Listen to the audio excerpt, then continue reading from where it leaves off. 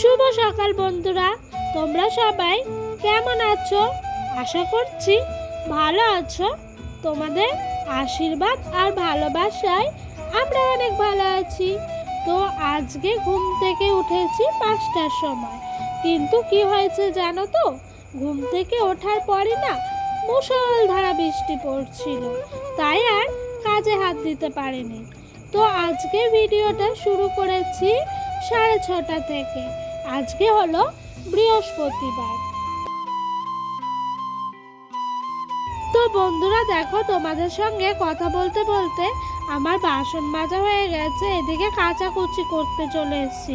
তাড়াহুড়া করে কাচাকুচিগুলো করছিলাম জানো তো, কারণ কি তাড়াহুড়া করে কাচাকুচি করে যত তাড়াতাড়ি আমি মিলতে পারবো, জলটা তো অন্তত ঝরে যাবে। সারাদিন যখন বৃষ্টি হবে অন্তত জামা কাপড়গুলো ঘরে দিলেও শুকিয়ে যাবে।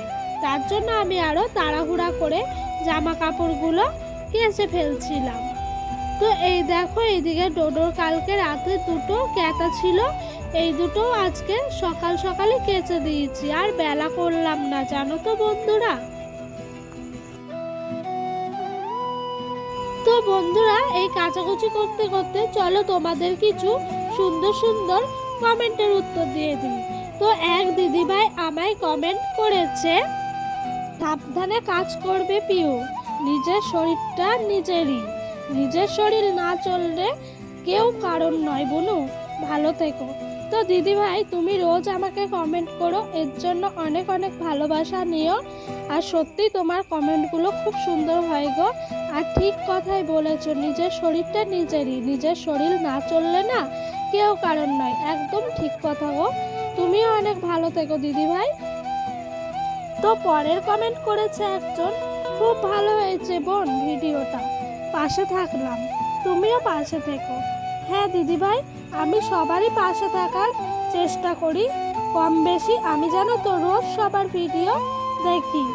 তো তোমরাও আমার পাশে থেকো এভাবেই, তোমাদেরকে অনেক অনেক ভালোবাসা। আরেক দিদিভাই কমেন্ট করেছে, ফার্স্ট লাইক কমেন্ট করে গেলাম। তো থ্যাংক ইউ দিদিভাই, এভাবেই পাশে থেকো, সেই অনুরোধই করছি আমি।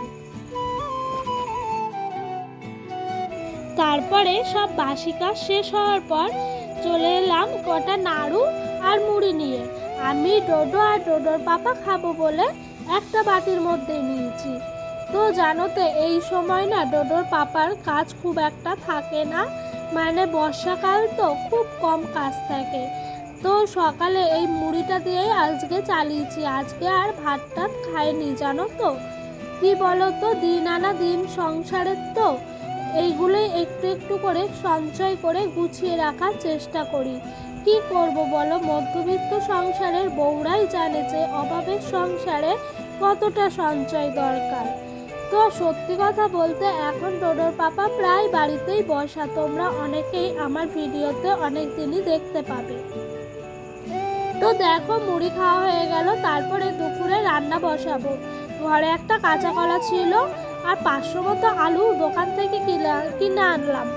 তো সেই আলুটা আর কাঁচকলাটা দিয়ে ঝোল করব।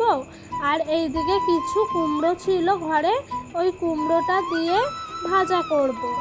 তারপরে জানো তো, বাড়িতে ওই যে বরফের মাছগুলো আসে না, তো রিটা মাছ, ওই মাছটা নিয়েছিলাম আজকে।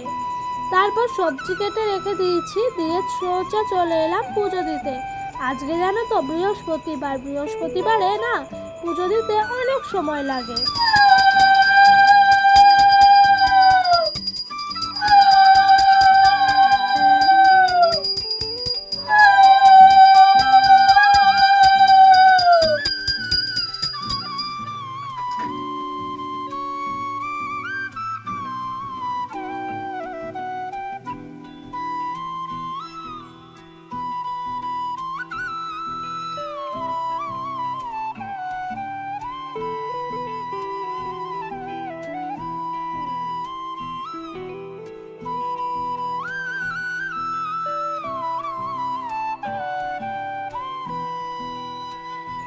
তো বন্ধুরা, তাড়াহুড়া করে পুজো দিয়ে চলে এলাম তাড়াতাড়ি রান্না বসাতে। কেন বলো তো, ডোডো তো আবার ওইদিকে উঠে পড়বে, ওর খিদে পাবে তাই না।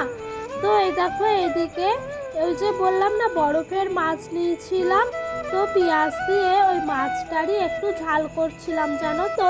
আর এইদিকে দেখো কালকের মতনই আবার আগুন জ্বলে উঠেছে, পাতার আগুন তো, তাই এরকম একটু হয়েই থাকে, কি আর করা যাবে তাই না। এই দেখো রিটা মাছগুলো, তো এগুলো ভেজে রেখেছিলাম। তো এই মাছটা না 500 মতো নিয়েছি। তো এই 500 মাছের দাম নিয়েছে 32 টাকা জানো তো।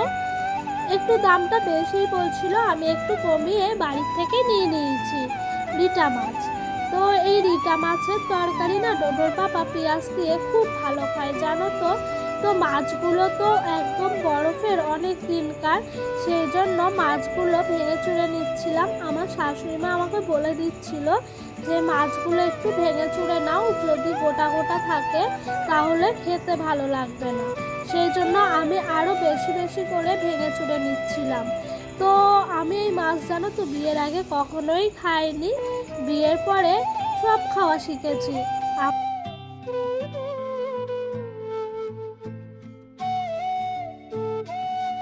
তো দেখো বন্ধুরা, এদিকে আমার রান্না বান্না হয়ে গেছে, তারপরে দুপুরের খাবার খেতে চলে এসেছি। এই যে কুমড়ো ভাজা অল্প মতো নিয়েছি, ডোডোর পাপাকে একটু দিয়েছি। এই দেখো মাছটার তরকারি একদম গা মাখা করেছি।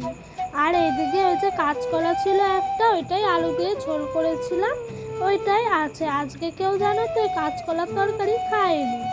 তারপরে বাড়ির সামনে দই এসছিল, সবাই নিচ্ছিল, তাই ডোডোর পাপা বলল ছেলেটার জন্য একটা ভাঁড়ে অন্তত দই নে।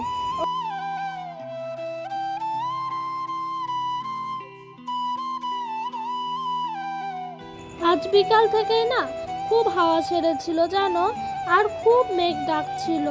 এইদিকে না বৃষ্টিটা একটু বেশি হয় জানো তো বন্ধুরা। এই দেখো আমাদের কাছে গাছ পেকে রয়েছে লাল লাল হয়ে। তারপরে যে আমি রাখি করি, রাখিগুলো হয়ে গেছে জানো তো। তো সামনেই তো রাখি পূর্ণিমা, তাই রাখিগুলো না সব হয়ে গেছে বলে এক ব্যাগ নিয়ে আজকে আমি ডোডোর পাপা আর ডোডো চলে গেছিলাম। তো আমি জানো তো 2 রকমের রাখি এনেছিলাম, একটা লাল পুঁতির রাখি আর একটা চওড়া পুঁতির রাখি। তো দুজন মিলেই রওনা দিলাম রাখি দিতে। তো দেখো রাখি দিতে গিয়েছিলাম, তো ডোডোর পাপাকে বললাম বাড়ির জন্য অন্তত কিছু নিয়ে চলো। তো ডোডোর পাপা বললো চলো কিছু চপ কিনে বাড়ি নিয়ে যায়। তো 4টে চপ আর একটা পেঁয়াজি নিয়ে এসেছিলাম।